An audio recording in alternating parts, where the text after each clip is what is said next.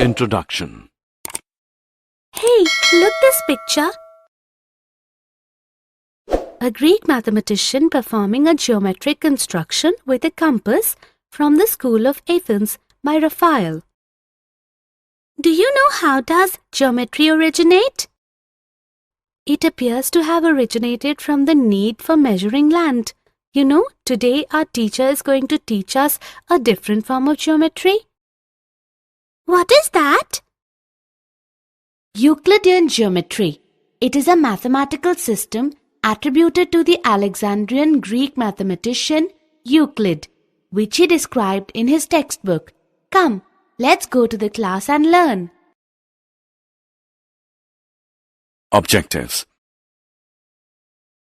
At the end of this lesson, you'll be able to understand Euclid's definitions, identify various axioms and postulates, understand equivalent versions of Euclid's fifth postulate, solve examples related to Euclid's axioms and postulates.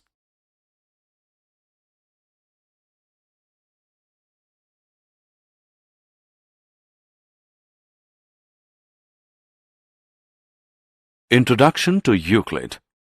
Euclid from approximately 325 to 265 BC is called the father of geometry, not because he invented it, but because his book Elements is the oldest geometry text we have in the Western world today. Euclid believed each part of geometry should be based on previously proven parts. However, something has to be the starting point, and he proposed 4 undefined terms and 5 basic axioms. The rest of Euclidean geometry is based upon these basic building blocks.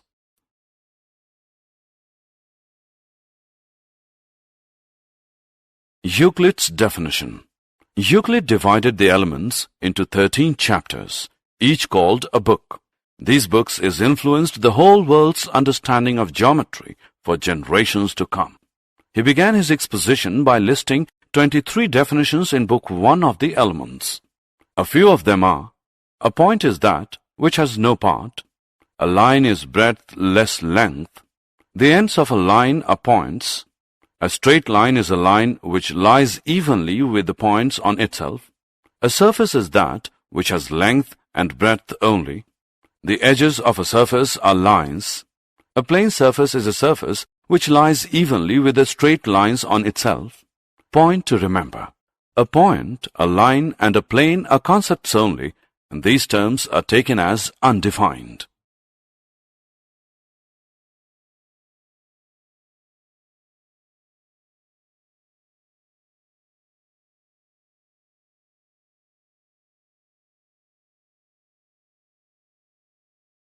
Axioms. Euclid describes axioms and postulates, which we will discuss here. The axioms or common notions are about relationships. What does equal mean? How do you add or subtract things? And so on. These are assumptions which are self-evident truths. Some of Euclid's axioms or common notions are: 1. Things which are equal to the same thing are equal to one another. 2. If equals are added to equals, the wholes are equal. 3.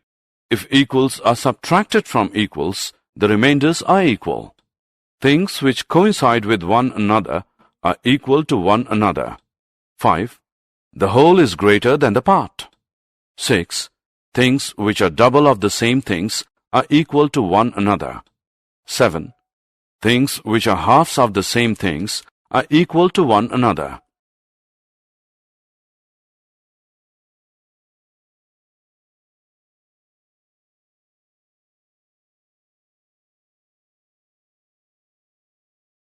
Postulates. The postulates talk about straight lines, circles, right angles, and parallel lines. These have been defined already. Euclid's postulates are 5 in number. First postulate is: a straight line may be drawn from any one point to any other point.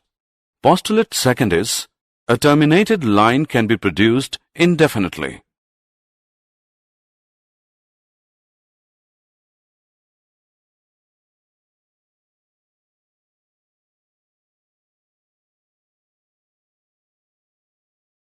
Other postulates. Other postulates are: Postulate 3. A circle can be drawn with any center and any radius. Postulate 4. All right angles are equal to one another. And Postulate 5 is: if a straight line falling on two straight lines makes the interior angles on the same side of it, taken together, less than two right angles, then the two straight lines, if produced indefinitely, meet on that side on which the sum of angles is less than two right angles.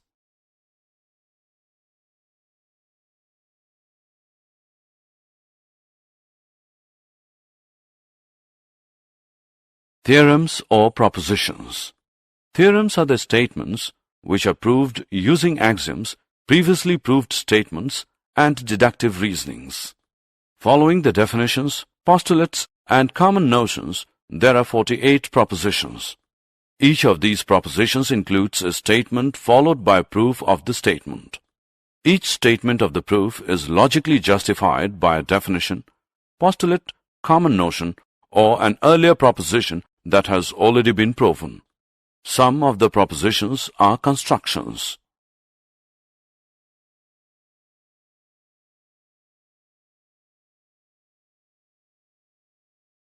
Theorem. Two distinct lines cannot have more than one point in common.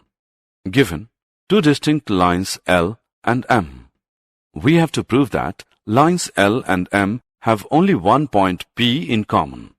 Proof. We shall prove it by contradiction. Let us consider that two lines intersect in two distinct points P and Q. Thus, we see that the two lines L and M pass through two distinct points P and Q. But this assumption clashes with the axiom. Given two distinct points, there is a unique line that passes through them. Hence, our assumption is wrong that the two lines can pass through two distinct points is wrong. Hence, two distinct lines cannot have more than one point in common.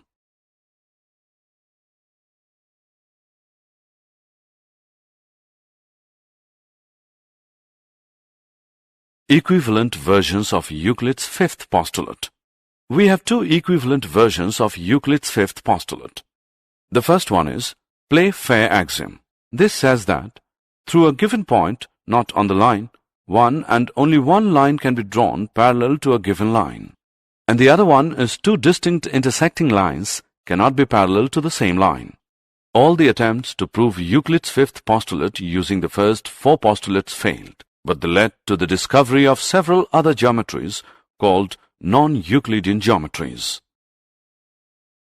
Example. Let's solve an example now. Prove that an equilateral triangle can be constructed on any given line segment. Draw a line segment, say PQ. Using Euclid's postulate 3, which says that a circle can be drawn with any center and any radius, we will draw a circle with center P and radius PQ. Again, we draw another circle with center Q and radius QP. The two circles meet at a point, say R. Join P to R and Q to R. Now in triangle PQR, PQ is equal to PR and PQ is equal to QR. So, by axiom 4, things which are double of the same things are equal to one another. We get PQ as QR, which is equal to PR. Hence, triangle PQR is an equilateral triangle.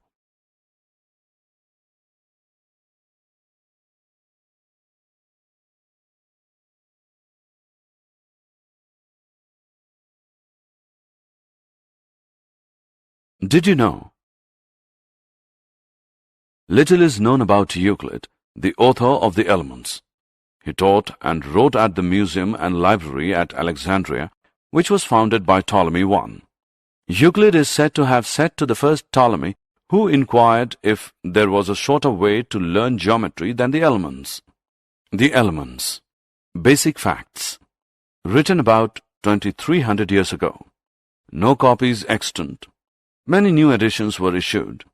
Earlier copy dates from 888 AD in Oxford. Style. No examples, no motivations, no calculations, no witty remarks, no introduction, no preamble, nothing but theorems and their proofs.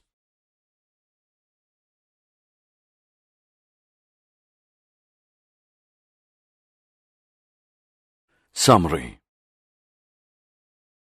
Let us summarize what we have learned. The terms point, a line, and a plane are now taken as undefined. Axioms or postulates are the assumptions which are obvious universal truths. They are not proved.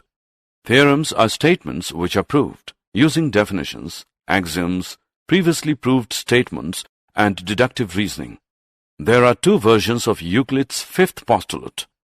All the attempts to prove Euclid's fifth postulate using the first four postulates failed, but they led to the discovery of several other geometries called non-Euclidean geometry.